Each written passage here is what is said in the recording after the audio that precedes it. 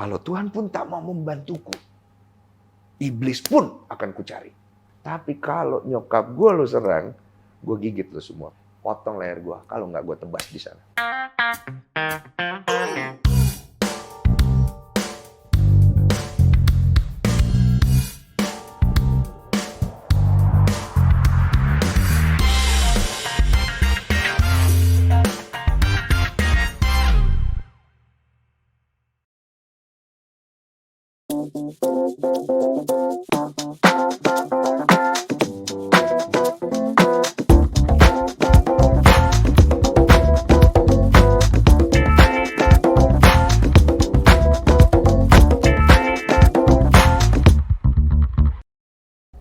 Oke guys, gue lagi coba ngevlog dalam mobil, ya kan, kayak orang-orang. Kali ini gue ditemenin sama Reza, ya kan, ajudan ke negara asli. Ja, Siap. perjalanan agak jauh nih, Ja. Dan Banget, cuaca kadang lagi jelek nih, Ja. Mendung nih mas, kita Mendung. Kalau hujan gimana? Oh iya mas, gue lupa. Kayaknya wiper lu agak jelek deh, agak udah mulai nggak baik nih buat Oh kaca ya? lu. Nyapunya nggak Udah nggak bener banget. walah. Terus gimana dong? Gue males lah beli wiper ke tempat lagi Covid gini, bro. Tenang. Lu nggak perlu ke tokonya mas. Hah? Lu nggak perlu ke toko. Caranya gimana? Bentar, nanti gue kasih link ya ke lu. Oke. Oh jadi bisa ya? Bisa. Nggak harus Lu datang ke cukup tempatnya? lewat e-commerce aja, tanpa lu harus ke toko, lu bisa beli barang di sini. Nggak COD gitu, ntar berantem lagi kayak di akun tadi COD berantem, kurir yang dimarah-marahin. Ada solusinya berarti? Ada solusinya mas. solusinya. Tenang. Kita nepi dulu bentar. Caranya gimana?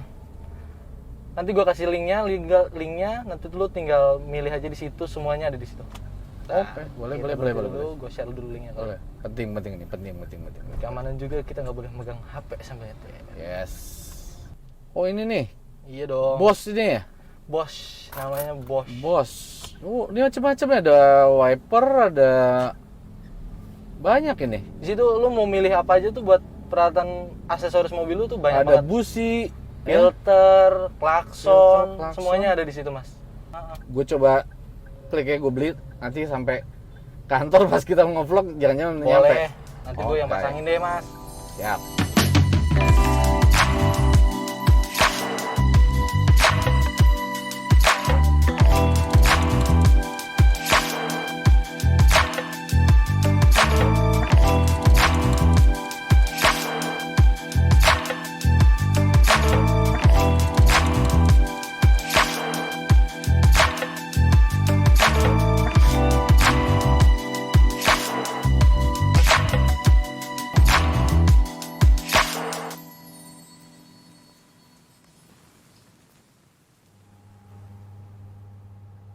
Masih lama nggak sih Mas Nanda ya? Bentar ya mas, mobilnya problem dulu tadi. Oh, Tapi udah mau naik. setengah jam lama-lama gue ngobrol sama Enggak. antiseptik lagi. Selama ya? Nah ini. Bro. Bosku, dari mana bosku? Sorry, gue telat, sorry. Sibuk kali. Iya. Jadi Kenapa gini, lu? lagi musim hujan. Semalam wiper gue tuh nggak nyapu dengan bener. Oh, urusan wi. Jadi bahaya. Terus gue baru tahu nih, gue mesen wiper, ya Bosch ini ada aplikasi di marketplace. Oh, jadi lu ganti wiper mobil. Ganti wiper mobil, harganya murah, terus gampang belinya. Gue pasang sendiri baru jadi. Belinya di mana? Di marketplace ada. Oh, ada. Akhirnya gue nyetok tuh. Boleh juga. Kayak ini, Siap. kayak orang pakai pedagang gue akhirnya. Jualan banget sih lu. Jualan banget ya. Iya. Terus gue mau diapakan? Lu ngundang gue mau Gua diapakan akan ya siksa lu di bosku? sini. Thank you. Anjay. Tolong guys, Penyiksaan banget gue harus datang ke sini nih. ini adalah ruang Interogasi. itu. Kalau tempat lu kan bijak. Kagak juga, tergantung bintang tamu. Oh, itu kita tahu. Tergantung bintang Tapi tamu. gue kagum sama lu sih. Lu Tapi sebelumnya gue terima kasih ya, lu undang gue di sini gue ya. yang thank you. Gue thank you lo. Gue yang thank you. Yoi, gue bisa ketemu Seorang lu Densu pribadi. mau kesini. Enggak, jangan lihat gitu. Gue makasih banget lah. Apa ya? Opening, ada opening ya? Opening apa tadi? Boy, ketemu lagi di Nanda Tanya. Kali ini bintang tamunya gokil. Orang yang menurut gue dia bertransformasi. Gue nggak pernah nyangka nih orang ini dulu kayak gini. Ternyata gue baru tahu nih orang pintar banget, bijak, dan banyak memotivasi. Dan gue sih banyak belajar dari orang ini. Tapi kayaknya kita akan ada sedikit keributan kan? Karena ada cerita di masa lalu. Oke, Deddy Sumargo. Gue kalau dipuji gatel-gatel gue. Kagak, gue habis muji kan jatuh juga lagi. Gue nggak biasa dipuji. Gue hampir selama hidup gue tuh lebih banyak dikritik. Yang. Gue kalau dipuji kayak ngerasa apa ya? Enggak, Nggak ada yang salah. Gue beneran, ya gue liat lo di platform sosmed. Lo Densu bikin podcast ya. Terus ada quote-quote yang keren dari lo. Nggak tahu ya kalau keren atau enggak ya. Karena bukan gue yang posting. Itu rata-rata sih Lo orang terus ngambil. spontan atau gimana sih? Gue spontan banget. Karena gue tuh bikin... Uhuy. Anjing Komeng orang dong lama bawa. banget. Gue spontan banget karena yang pas gue ngobrol tuh gue beneran ngobrol di podcast gue. Jadi kadang-kadang gue nggak sadar gue ngeluarin sesuatu yang mungkin buat orang lain itu oke gitu loh. Dia butuh mungkin. Karena gue nggak kepengen ngeluarin sesuatu untuk ngasih tahu gue tuh keren. Gue pengen ngeluarin sesuatu karena memang gue tahu. Gue tahu dan kalau buat orang lain itu bermanfaat, gue seneng. Nah makanya kadang-kadang spontan kan pas kita lagi ngobrol. Dan itu keren. Buktinya, gue kemarin ke podcast lu kan. Gue bisa, anjir, gue bisa ngobrol banyak sama lu. Bisa gue ngeluarin yang gak pernah gue ngomongin dimanapun. Nah itu gue bingung tuh. Saksikan di podcast. Gue tuh nggak pernah ngerti tau sama orang-orang yang kayak lu ngomong kayak gitu. Jujur, gue agak kurang mengerti tentang apa sih yang sudah gue lakukan, yang gue keluarkan, yang kemudian itu menjadi menarik. Karena mungkin fokus gue udah bukan tentang diri gue lagi kan. Jadi gue lebih fokus dengan kontennya, gue lebih fokus dengan bintang tamunya, gue lebih fokus dengan isunya. Sehingga karakter gue yang dulu tuh udah jarang keluar. Kalau dulu kan gue lebih kayak, gue nih ya. Kalau sekarang Apa tuh? gue ganteng, gue keren, gue bisa, Fakta. iya, bisa dapet cewek mana aja yang gue mau. Oh. Jadi kayak apa ya? Ya. Kayak gue ngerasa gue tuh udah paling oke banget gitu. Nah kalau sekarang Dan mungkin- emang oke. Iya tapi kan kalau Sampai sekarang juga oke. tapi kan segala sesuatu yang berlebihan itu kan nggak bagus. Orang ganteng sok ganteng jadi nggak bagus. Orang biasa aja bisa jadi ganteng. Orang ganteng bersikap biasa aja, lebih ganteng kita lihat. Kan istilahnya kayak gitu. Iya, gitu. iya. Nah kalau gue dulu mungkin karena terlalu over, jadi dilihatnya tuh jadi nggak enak mungkin. Dan ya itulah jalan hidup gue yang berproses kan. Berproses, bertransformasi, sampai gue masuk ke dunia entertain. Ya lu tau sendiri loh, lo kan lu ketua manajer Ikatan Manajer se-Indonesia. Tahu lah, pasti lu ngamatin lah lihat. Oke, kita mulai. Deddy Sumargo, atlet pebasket sombong. itu tagline lo ya, pebasket sombong. Tapi lo jago Itu banget channel sih. gue, channel YouTube Channelnya, gue. pemain film, presenter, YouTuber. Sejak kapan? Sejak kapan? Kalau film itu kan 2000. Tapi gila lah, lo pembasket sombong tuh emang gini loh. Ada orang bilang wajar sombong, emang dia jago, ya nggak apa-apa. Iya, tapi sebenarnya jangan sombong juga. Itu kan Nggak, itu cuma kan istilah. istilah aja. Tapi Karena emang jago banget sih. Gue lihat sih lu anjing ngambil gendong orang. tidak sejago pemain NBA, Pak. Tapi kalau di Indonesia ya gue paling jago lah. Canda. Kalau yang tersinggung datang ke konten gue. Pebasket tersinggung datang ke konten gue. Karena kalau lu belum datang ke konten gue, lu belum valid jagonya. Yoi. Siapa pembasket itu menurut lo? Banyak. Inisial. Banyak. Yang pacaran sama mantan Yang pernah pacaran sama pebasket dulu. yang mantannya Saputra Wijaya. Siapa? Gading. Oh, Agnes Mo. Siapa? Gading. Gading. Deddy Kobusier. Daniel Mananta. Denny Sumargo nggak diakuin, cuman nggak gue. Nggak apa-apa. Still my friend lah dia. Yoi. Tuh, apa yang lu bikin channel YouTube? Lu tiba-tiba jadi YouTuber top. Enggak, gue nggak top. Enggak. Ya, menengah lah, gue menengah ke bawah lah.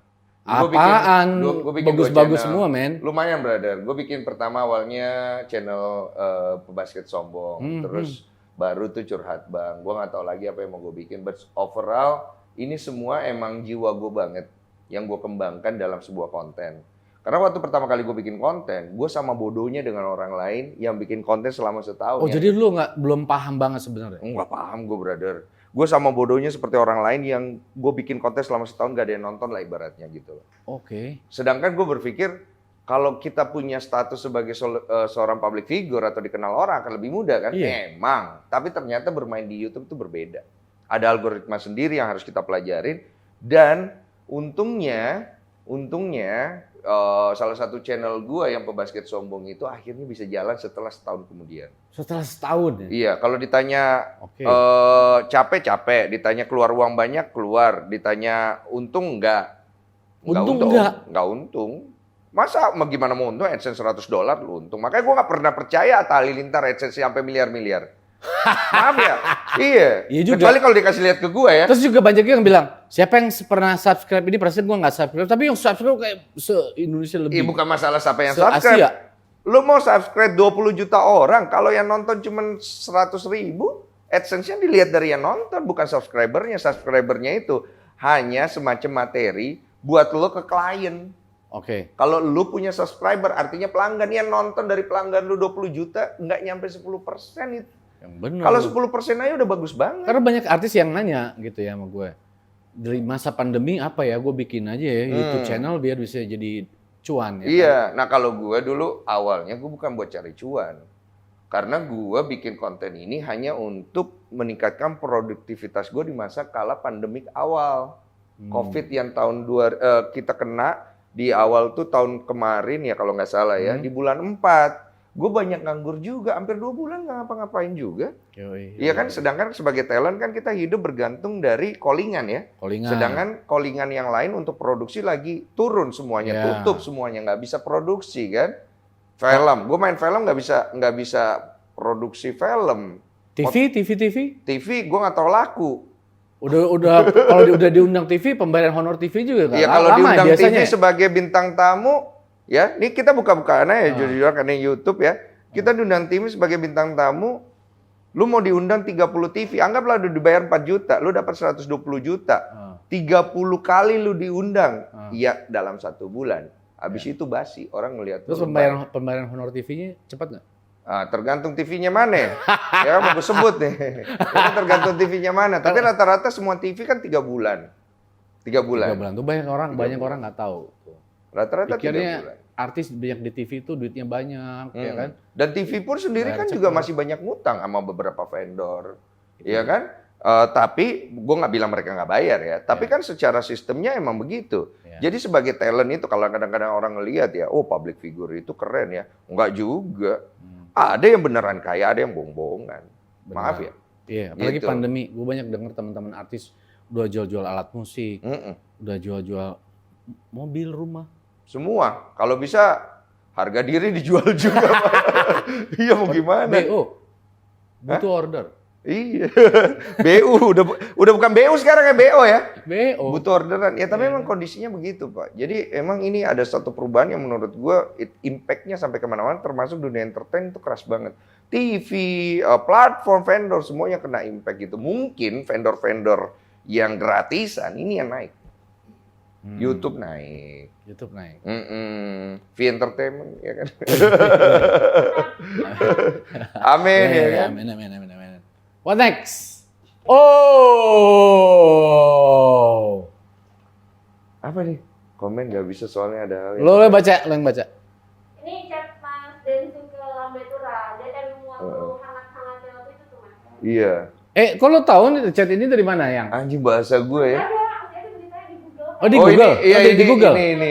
Kan pada saat itu. Ini ya, mama saya itu matanya sudah rabun, Mas Lambe. Mas Lambe lagi. Mas Lambe. Dan dia lagi terguncang. Kemudian Iya. postingan itu bukan ditujukan buat Dita. Saya tahu Mas Lambe cari makan dan berkarya. Oh ini lagi yang gitu lo sama Dita ya?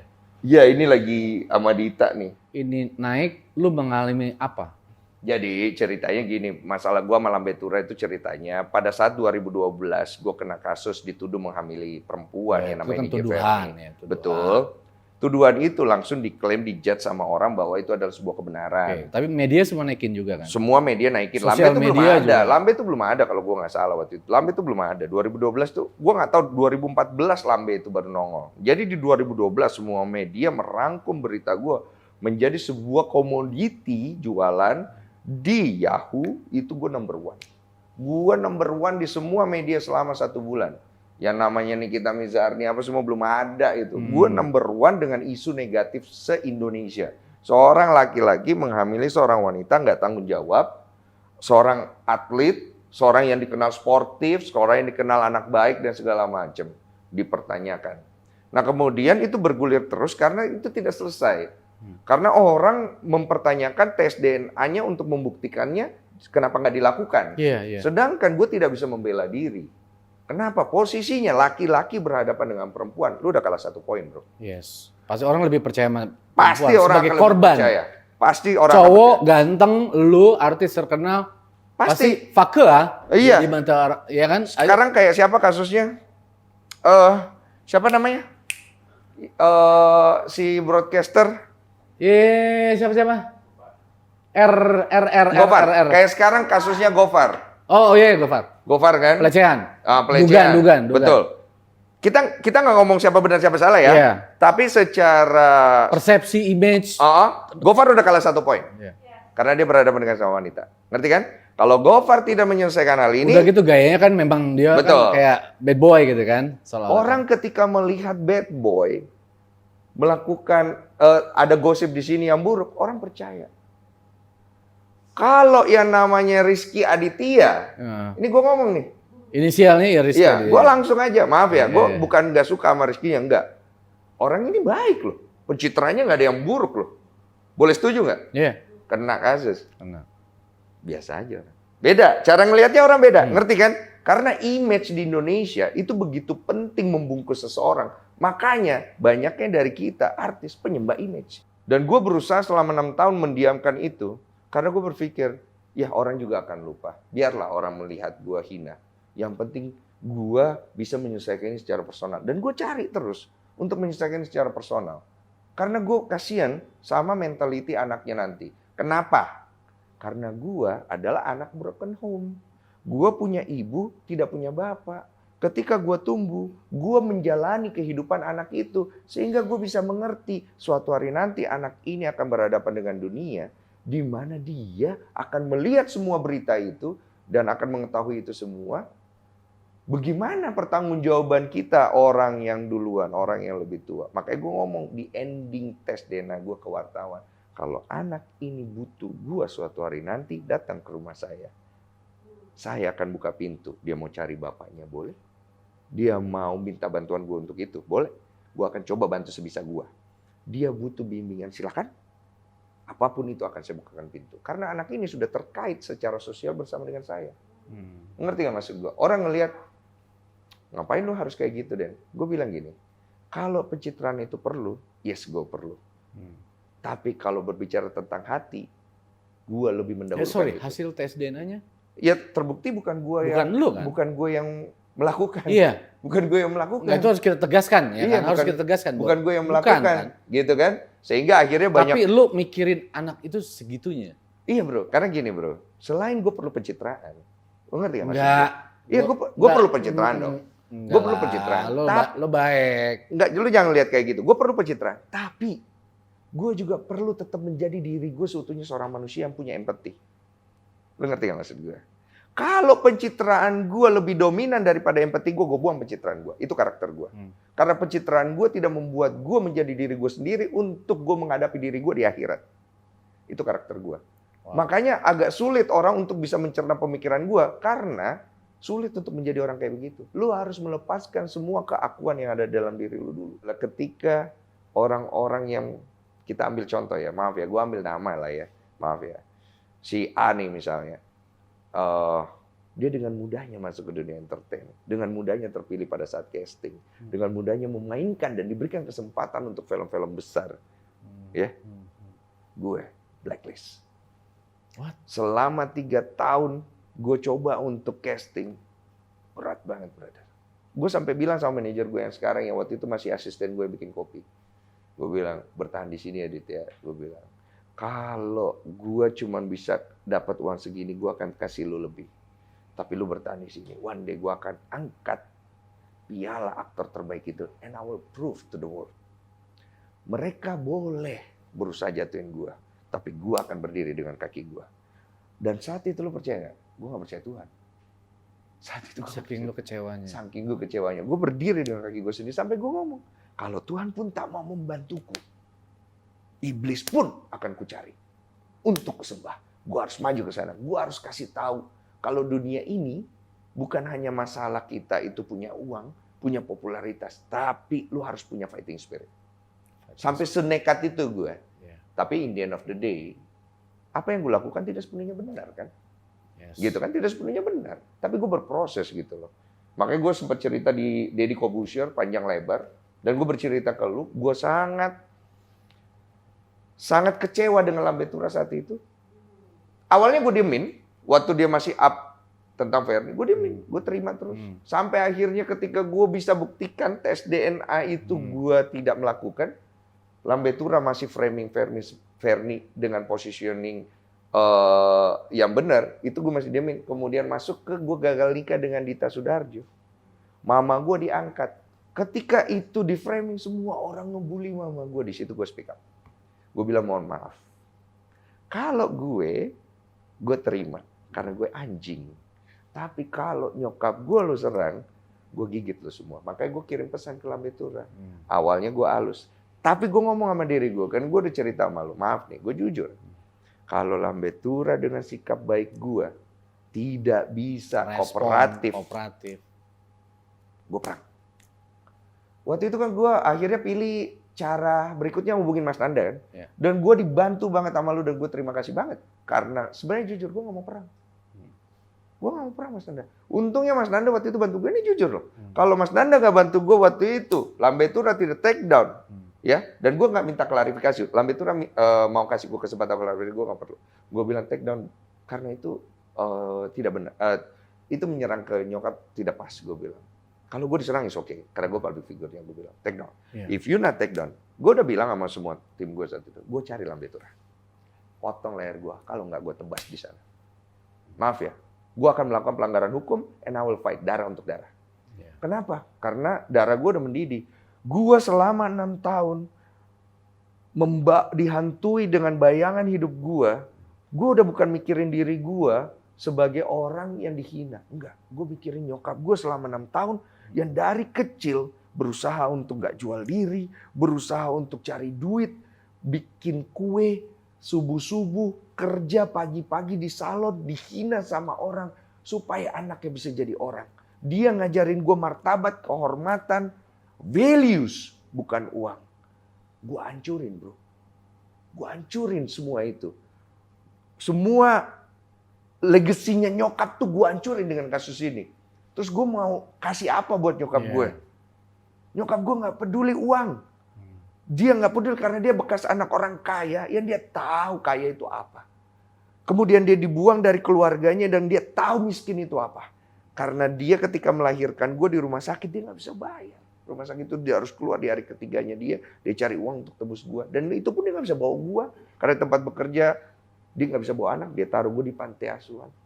Dia gak tega diambil lagi gue dalam perjalanannya. Dia memilih untuk tidak jadi wanita jual diri, tidak jadi ini. Dia jadi wanita yang lurus. Walaupun keras. Untuk orang ngelihat kehormatan itu sampai ke gue. Dan gue hancurin. Lu bayangin. Tanpa lu bermaksud iya, kan. itu ke guanya. Selama 6 tahun itu menghantui gue. Dan lu tahu kenapa gue mau selesai masalah ini? Karena gue harus kembaliin kehormatan nyokap gue, bukan untuk gue. Bro, kalau gue laki-laki, playboy, gue nggak kenapa-napa bro. Gue laki-laki. Gitu. Kalau gue bangsa, gue laki-laki. Gitu. Yang penting gue tanggung jawab. Gue udah bangsat, udah playboy, udah nggak benar, gue nggak tanggung jawab lagi. Gue mau jadi apa? Gue apalagi apa gue bela? Gue mau melindungi diri gue, mengcover diri gue dengan harta. Gue playboy. Ya nggak apa-apa harta gue banyak. No, it's not me. Terus kalau lu playboy, harta lu banyak, lu membenarkan ke playboy lu? No. Sultan sekarang. Maaf ya, kalau orang Indonesia mengagung-agungkan manusia kayak begitu, I don't. Kalau lu punya banyak uang, terus kemudian sikap attitude lu di masyarakat menunjukkan kalau lu playboy dan lu bangga itu semua, dan masyarakat Indonesia adore you, I don't. Itu keras gue di situ. Karena gue pengen ngasih tahu di atas bumi ini, di dunia ini, di materi ini ada yang namanya Tuhan. Yes. Gue mungkin banyak bikin salah dalam hidup gue, tapi gue masih tahu kalau gue adalah orang yang berdosa. Dan gue berusaha untuk mengubah diri gue karena gue tahu dosa gue banyak. Bukan karena gue bener. Lo ngerti gak maksud gue? Lo ngerti gak maksud gue? Gue berbicara kayak begini, berapi-api. Bukan gue pengen ngasih tahu sama lo kalau gue orang hebat. Gue ngerasain. Lo ngerti gak maksud Lo gue? ngomong tulus gue tahu.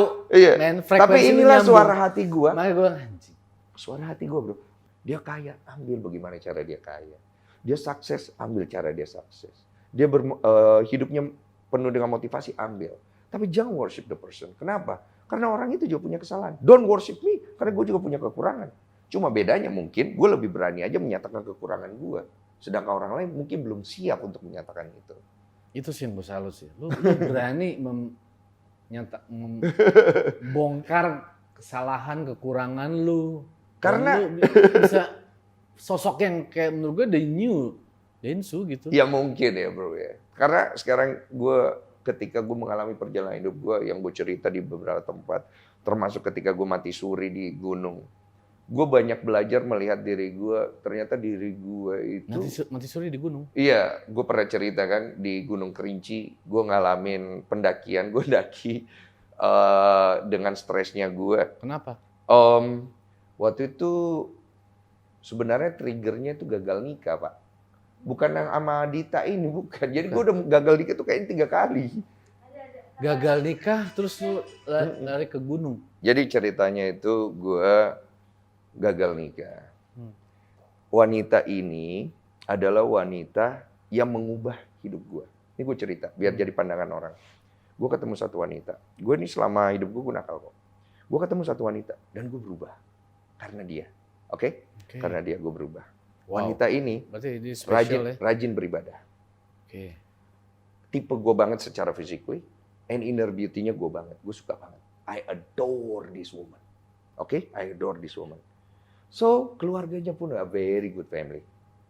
Ada perayaannya, ada peribadatannya setiap ini. Di mana lagi orang seanjing gue ini, maaf ya, akan bertemu dengan keluarga kayak gini dan diterima, bro. Gue jalan. Udah kayak sempurna nih ya. Kayak a new start of life. Iya. Gue di situ datang sama Tuhan. Gue bilang, gue yang nggak percaya Tuhan. Gue datang sama Tuhan. Gue bilang, Tuhan, kamu benar ada. Kamu benar ada. Kamu baik ternyata ya. Kasih saya kesempatan untuk mau berubah. Oleh karena itu, saya berjanji kepadamu. Saya akan jalan lurus mulai hari ini. Dan gue lurus. Uang gue itu tinggal 30 juta. Gue cari uang buat nikahin anak orang. Minimal 400. Gue kerja pagi, siang, sore, malam. Dan gue dapat kerjaan My Trip, My Adventure. Oke. Lu tau My Trip, My Adventure? Kepala lu masuk di tanah, bro. Gue tuh gak bisa naik motor trail. Gue belajar, gue jatuh, gue dihina. Dan kasus gue belum selesai. Yang dulu yang mengambil anak orang, itu gak ada positif komennya, bro. 1000 komen, 80% negatif. Tapi gue jalan, gue jatuh. Jadi lu udah gak mikirin masalah pengorbanan lu buat program ini. Tapi yang lu pikirin adalah masa depan lu bersama dengan wanita ini. Lu ngerti gak maksud gue? Gue terima semua buliannya, gue jalan. Gue bilang, gue tidak memainkan konten di situ. Gue tidak bergimik. Gue tidak menjadikan itu uang. Gue jalan pokoknya. Gue jalan, gue cari jalan yang bener aja, gue lurus. 1 year later, the woman choose another man. What? The woman choose another man. Why? I don't know. Hanya dia yang lebih tahu. Dan gue pribadi ngerasa I lose. That time gue ngerasa gue sangat kalah. Gue kalah. Padahal lu lagi fight buat dia kan? Lagi fight. Dan dia tahu. Dan dia tahu bagaimana gue berusaha untuk fight.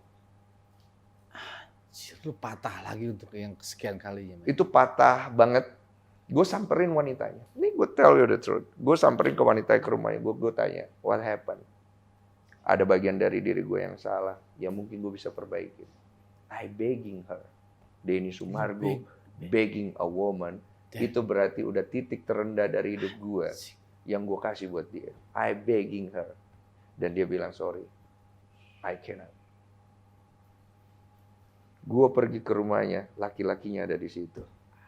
Baru bangun dari tidur, pakai celana, jogger, nggak pakai celana dalam, brother. Can you imagine my feeling? Ini I'm tell you the story, gue belum pernah cerita. That's fuck. Harus mencari Tuhan ke dulu ya. Gue diem dulu di rumah, di kamar kosan gue. Gue cuma tinggal di kosan petak 3x4, brother. Gue diem di kosan gue pikir sama diri gue sendiri. Gue mau kemana hidup gue? Tiba-tiba ada energi gila terjadi di dalam diri gue. Gue bisa dengar banyak suara. Gue kayak orang stres, bro. Mungkin gue bilang gue udah gila. Gue tulis di tembok, kayak insting gitu loh. Pergi mencari Tuhan. Kayak hanya untuk meninggalkan pesan kepada orang bahwa ini ya, gue kesini. Tapi gue gak kasih tahu gue kemana. Gue cuma bawa beberapa barang gue cabut. Dan gue pergi, gue berjalan di pinggir jalan, gue masuk ke masjid, gue masuk ke gereja, gue pergi ketemu teman gue mencari semua solusi duniawi untuk menemukan Tuhan. Lu ngerti gak maksud gue? Ngobrol sama teman, minum alkohol, apa kayak gitu biar ketemu sama Tuhan. Ngerti gak maksud gue? I feel you. Iya. Gue tau tuh rasanya. Iya. Gue yakin juga. Ntar dia ngomongin gue. Lepasan tadi.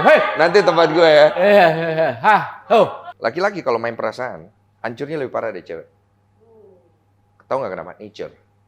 Cewek itu lebih kuat secara emotion karena dia think by their emotion. Jadi dia terbiasa dengan itu. Ketika ada sesuatu terjadi, dia masih bisa lebih rasional daripada laki-laki.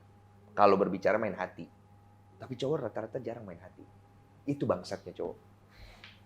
Maaf ya, cewek lebih banyak main hati. Itu lemahnya cewek. Tapi banyak juga fuckboy main hati, men. Kalau udah nyantol. Iya. Dan tuh begitu banyak, patah. tapi tidak sebanyak. Begitu patah. Patah banget. Yoi. Gue jujur setiap kali bercerita tentang bagaimana Tuhan menolong hidup gue bisa merasakan emotion. And I love that emotion. Kenapa? Karena gue bisa melihat ternyata segala kebaikan di dunia ini tidak ada artinya dengan kebaikan Tuhan. Dan gue gak pernah ngomong sedip itu kalau memang gue gak ngerasa perlu. Makanya gue kadang-kadang gak mau banyak ngomong tentang hal-hal yang diri gue. Makanya gue bikin podcast, gue lebih seneng denger orang ngomong. Kalau gue tuh gue ngerasa kayak, gak usah lah gue denger itu. Iya, sekali-sekali aja boleh ya. Gitu. Tapi makanya gue bilang, anjir Densu ya. Makanya gue pengen seneng banget lu mau ada di Gue sini yang gitu. terima kasih banyak loh. Gue yang makasih banyak. Banyak pelajaran yang bisa Gue kita dikasih ambil. kesempatan Semoga ini untuk curhat. konten yang berfaedah ya. Yang biasanya jarang orang nonton ya. Biasa banyak orang nonton. Jarang orang nonton. Fuck ah. Lu tau gak kenapa jarang orang nonton? Ah. Lu tau gak kenapa lebih sedikit orang sukses? Iya. Ya, orang sedikit. Karena orang orang pinter juga dikit. Banyak kan goblok. Alay lo. Ya, I am a fuckboy. Tapi kenapa gue berhenti? Yaitu ketika gue menikahi dia, perasaan gue sama dia cuma 50%. Buat laki-laki, lu jangan main sama perempuan. Apapun yang lu omong, ditagih sama dia. Kalau bisa di ghosting aja, ghosting aja dulu, cabut. Semua orang pulang selama 3 bulan kita nggak latihan. I practice myself di Sport Mall Kelapa Gading every morning, every afternoon, every night, tidak ada lampu. Sebelum gue berhenti, gue taruh jejak gue yang paling dalam di sini supaya mereka tahu Denny was here. Bang, tips jatuhin mental orang gimana? Buang